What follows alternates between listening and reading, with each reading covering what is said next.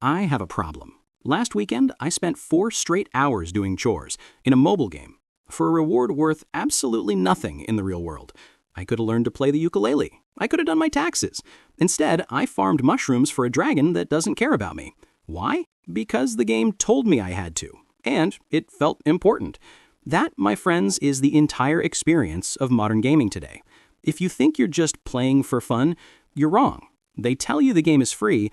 It's not. You're inside a billion-dollar psychological maze built by people who know more about your brain chemistry than your therapist. So let's expose all of them. 1. Daily streak. This is the oldest trick in the book, yet it still works like a charm. They don't need you for 10 hours straight. They need you for 30 minutes every single day. They don't want you to log in whenever you feel like it. They want to engineer a habit out of you clicking their app every single day. So they use daily login bonuses and daily quests.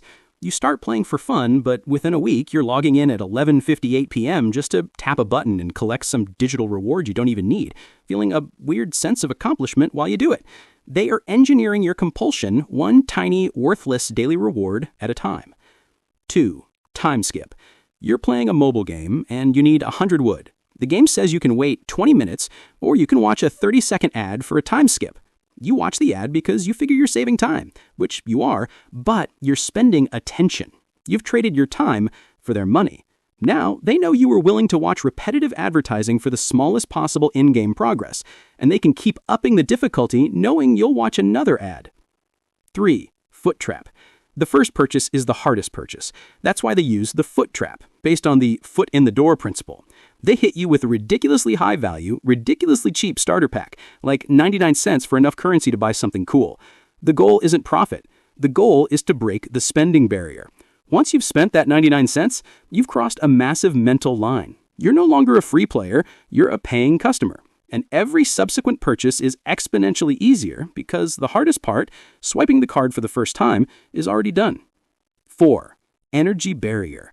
The most insulting one is the energy barrier. Oh, you want to play a second match? Sorry, you're out of energy. Wait 4 hours or pay us $1.99 for a full refill.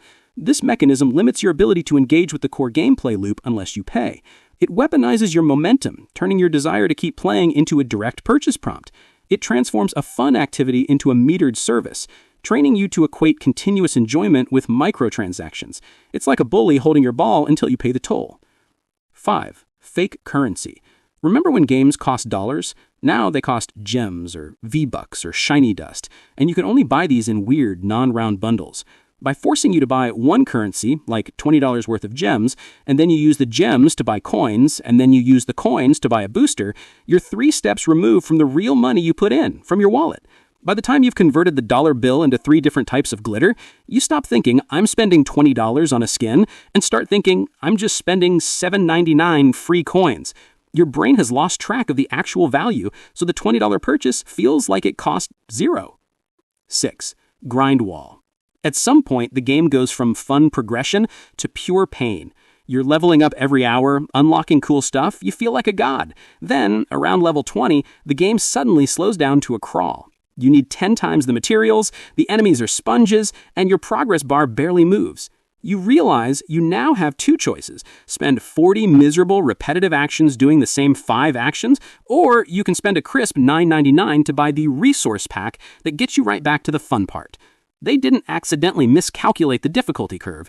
It's manufactured frustration. They've made the free path so miserable that the pay-to-skip option, which they call a shortcut, suddenly looks like an act of self-care. It's not about balancing the game, it's about monetizing your impatience. 7. Piggy bank. It's an in-game vault that fills up based on how much you play, but you can't open it until you pay a small fee. The piggy bank is a direct exploit of the endowment effect, the cognitive bias where you overvalue things you feel you own or have earned. The game is saying, look at all this stuff you earned, it's yours! Well, technically it's ours and you can have it for a $4.99. You feel like you're buying a discount on something you already created, not spending money on an item you don't actually possess yet. You're literally paying to unlock your own effort. 8. Effort erosion. After you've played for 6 months, the game secretly slows down your non-paid progress. Effort erosion is the trap where the developers degrade the efficiency of your free effort over time to make the paid shortcuts increasingly appealing. That upgrade that used to take 2 hours of farming now takes 10. Or the rare drop rate is stealth nerfed. The game doesn't get better with money, the free experience simply gets strategically worse until the purchase feels less like a splurge and more like a mandatory quality of life subscription. 9. Random reward. This is the gaming industry's version of a slot machine where the player is rewarded after an unpredictable number of attempts. But instead of cash, you're gambling with your money for a picture of a digital cartoon character.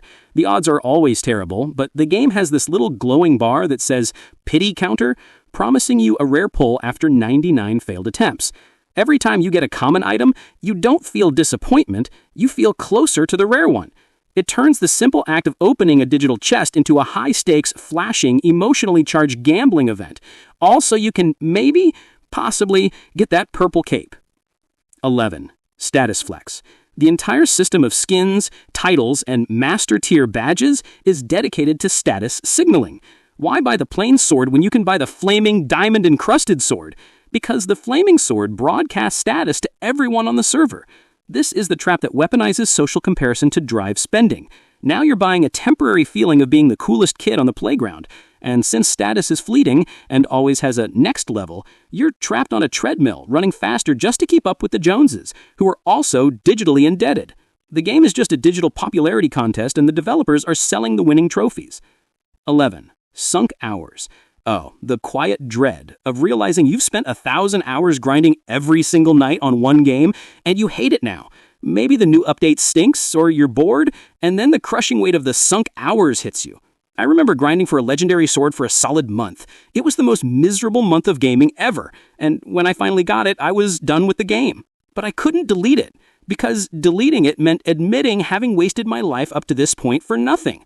So you feel an emotional obligation to the digital history you created, a history the developers knew you'd feel before they even coded the game. 12. Whale hunting.